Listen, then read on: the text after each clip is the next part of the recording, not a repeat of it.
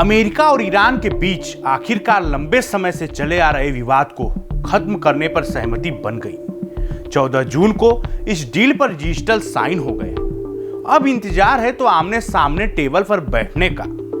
19 जून को स्विट्जरलैंड में दोनों देशों के डेलीगेशन बैठकर इस एमओयू पर साइन करेंगे। इसको लेकर अब सवाल यह है कि ईरान की तरफ से इस पूरी डील को कौन लीड कर रहा है और इसकी बैठक में किसकी कलम से ईरान की तकदीर लिखी जाएगी। दूसरा यह कि अब जब युद्ध खत्म हो गया है और अमेरिका कोई हमला नहीं कर रहा है तो फिर सुप्रीम लीडर मुज्तबा खामिनेई बाहर क्यों नहीं आ रहे। नमस्कार, मैं हूं मुचकुंद राय और आप देख रहे हैं भारत एक्सप्रेस। अमेरिका ईरान वार को लेकर इस संबंध में अमेरिका से नई जानकारी आई है। एक प्रतिष्ठित मीडिया रिपोर्ट्स में अमेरिकी अधिकारियों के हवाले से दावा किया गया है कि डिजिटल साइन करने वालों में अमेरिका की तरफ से राष्ट्रपति डोनाल्ड ट्रंप और उपराष्ट्रपति जेडी वेंस थे, जबकि ईरान की तरफ से पार्लियामेंट के स्पीकर मोहम्मद बगर गालिबाफ ने यह साइन किया है। हालांकि ईरान की तरफ से इसमें नाम की पुष्टि तो नहीं की गई, बल्कि खुद स्पीकर गालिबाफ ने सोमवार को एक्स पर लिखा, ईरान ने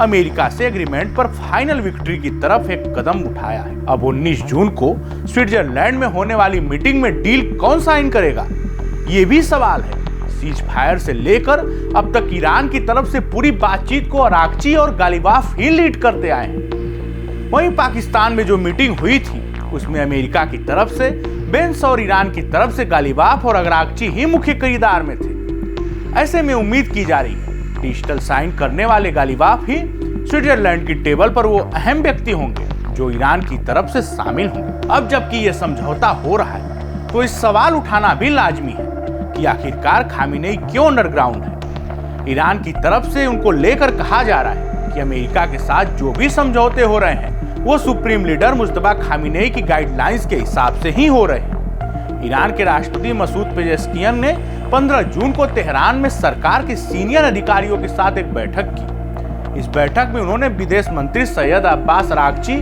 और पार्लियामेंट स्पीकर मोहम्मद गालिबाफ समेत डील कर रही पूरी टीम को बधाई दी।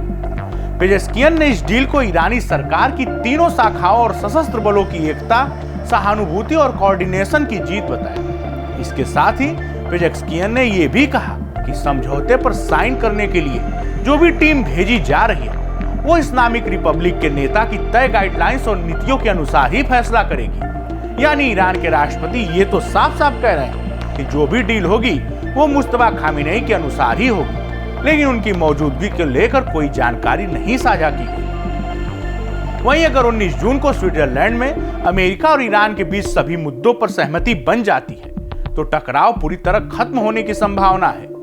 संभवतः इस डील के बाद ईरान में हालात सामान्य हो जाएं। पूर्व सुप्रीम लीडर अयातुल्लाह अली खामिनेई को जुलाई के पहले हफ्ते में सुपुर्दे खाक किए जाने की भी सूचना है।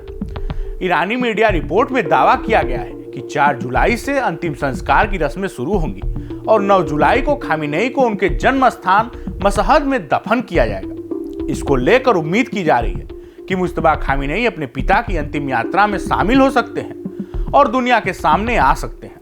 वहीं 28 फरवरी को अमेरिका ईरान के हमले में परिवार के अन्य सदस्यों समेत सुप्रीम लीडर खामिनेई की मौत हुई थी। तब से लेकर अब तक मुज्तबा खामिनेई जनता के बीच नहीं आए हैं। उनके घायल होने की भी खबरें आती रही हैं। युद्ध की शुरुआत में हालांकि अमेरिका और ईरान मुज्तबा के खात्मे की बातें करते थे, लेकिन अब अमेरिका नरम पड़ गया है। ट्रंप ये भी कह चुके हैं कि अगर मुज्तबा उनसे मिलना चाहे तो वो मिल सकते हैं। उधर सुप्रीम लीडर की कुर्सी मिलने के बाद भी मुज्तबा बाहर नहीं आए हैं। उन्होंने सिर्फ वीडियो संदेश के जरिए जनता को संबोधित किया है।